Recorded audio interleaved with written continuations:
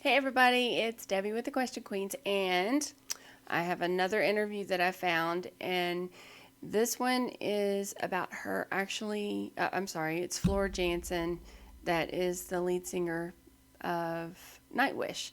This interview, she's talking about the first time she heard of Nightwish and after joining them. So I wanted to check it out, and I figured if I'm going to watch it, I'll just go ahead and do a video on it and share it with you guys. I didn't think you'd mind. So it'll give me a lot more background, even though you all have been angels on giving me information and helping. I really appreciate you. So thank you for that. So let's go ahead and take a look and see what she has to say.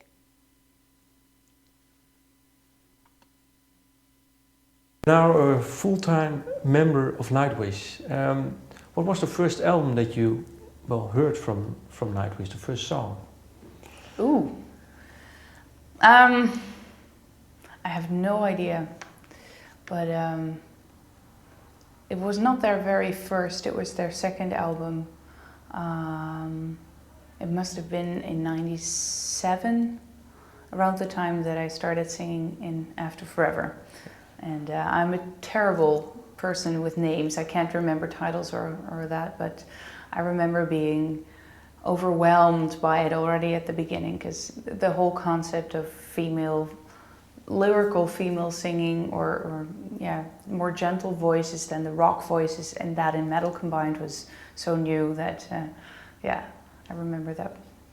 What did you think of the band, the songwriting, and back then? I remember mostly that I was impressed by Daria's voice. I really liked her style, plus the use of a lot of keyboards.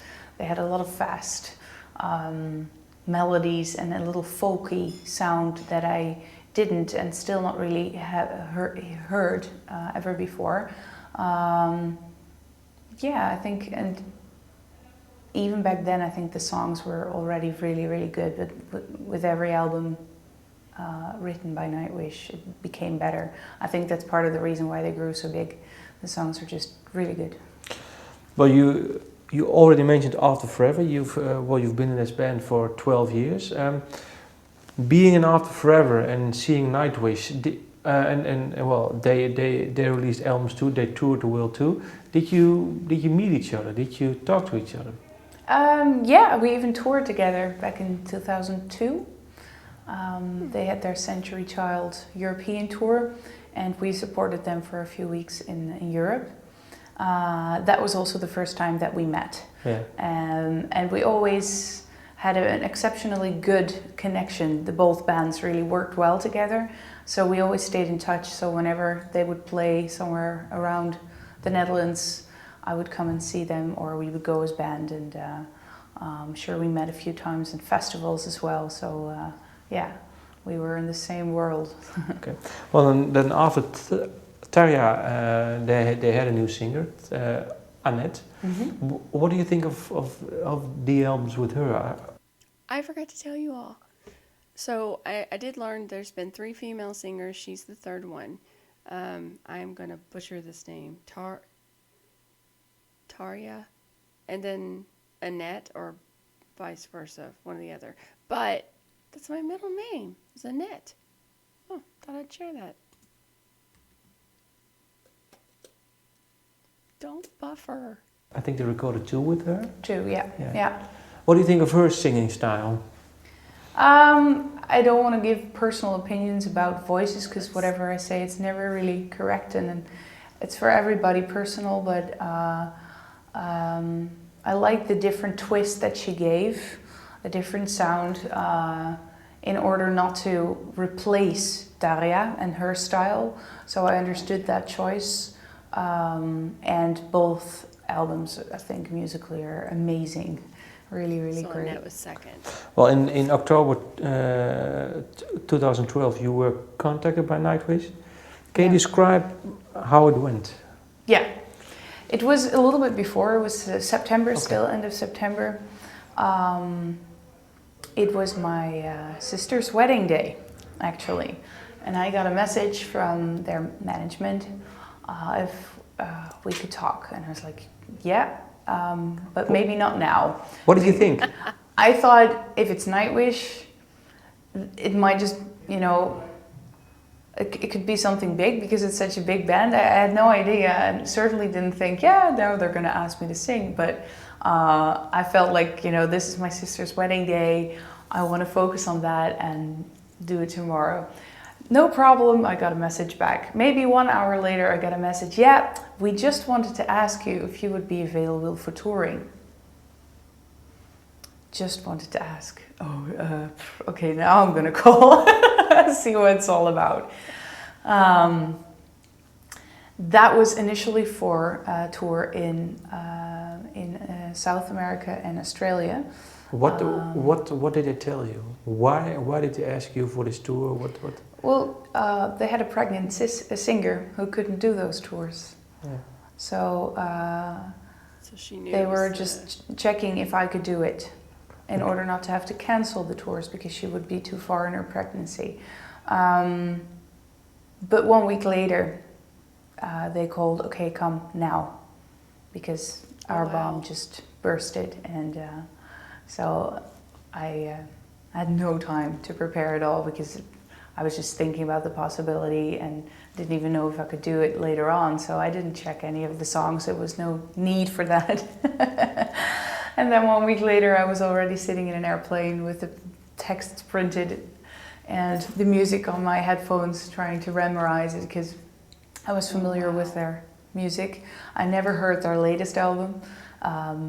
Plus, being familiar is something else. I know word by word and when to sing what, and so yeah, that was a Saturday. But did they tell you why they contacted you? Or did it... What they told me was that they all thought of me first. Who could do this? Let's see if Floor's available. So. But you, the year before, you had a nervous breakdown. How far were you in your healing process? Were you already?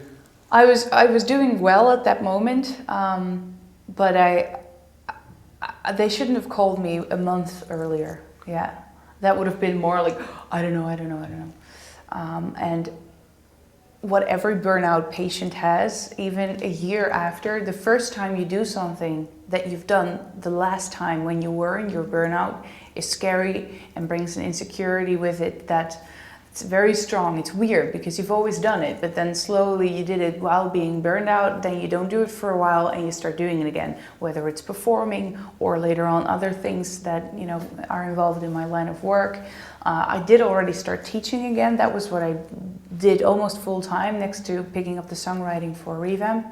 But performing, and maybe the good thing about being that everything had to go so fast was that I had almost no time to think about any of my fears. Oh my God, I have to be on stage with Nightwish. Oh my God, I have to be on stage in general. So all I was thinking of was I have to sing those songs right. And I don't want to let anyone down. So it was perfect. And when that worked, I slowly grew back into being more confident, and the huge confirmation, like we like you, that I got from both the guys in my band and their management and people around the band, plus the Nightwish fans, was so overwhelmingly great that I didn't have to fear my burnout or any of the maybe not so well recovered elements of it. I felt 100% back into my old energy. So it even helped you recover? I think so, yeah, definitely, yeah. Yeah, and I mean, along with burnout comes a lot of doubts about everything.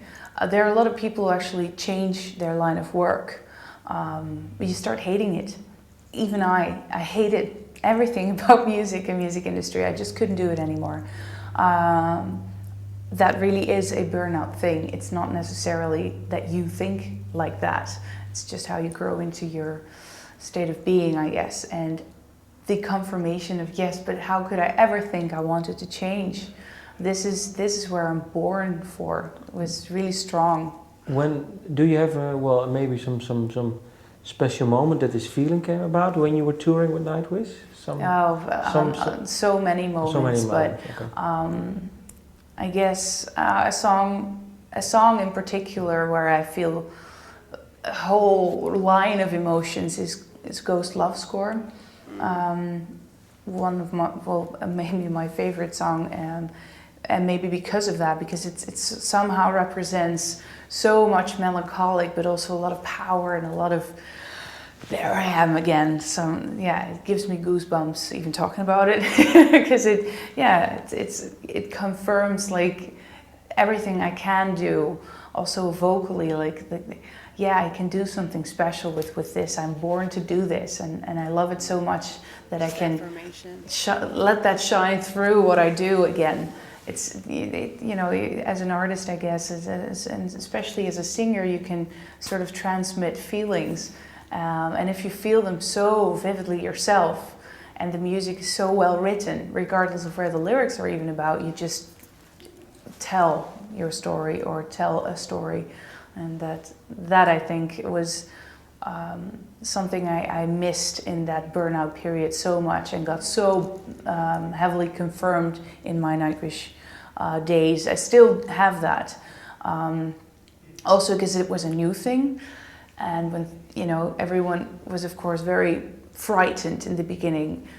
Nightwish was put into a very difficult position, and I was put into a very difficult position. And together we kind of had to see if we could do it or not.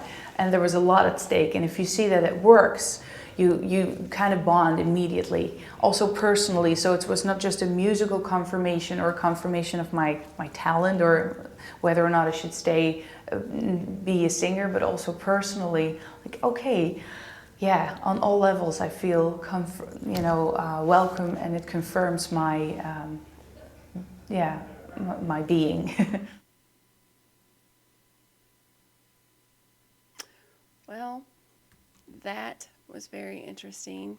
That is part one, and it was very interesting to hear the story. I've heard the story from some of you all, how they got together, but I love the fact that it was almost like the perfect storm, where it was something that she was absolutely meant to do, yet she wasn't really given enough time to go back into the bad feelings or the negative feelings. And there was so much positivity around her that she felt the confidence to just get out there and be who she is right now. That's amazing. That's really, really a great story. And it was almost like it was just meant to be. So, and the way she talks about the Ghost Love Score, definitely my initiation into Nightwish, I got goosebumps when she was saying it, because that song took me so much by surprise and shock and storm that I still don't have my magical words to express it, but her abilities are so on display in that song that it's magical. There's my magical words. Well, anyway, so thank you so much for joining me. I hope you enjoyed that. I did. I always love just getting to know who the artist is personally, and finding out like just how they feel and what they think, because I think that changes the music for you as well. In another aspect, I can appreciate the music, but I also want to appreciate her as a person and the rest of the band. So anyway, that's the video, and again, thank you so much for joining me. I will be back with part 2. All right, bye.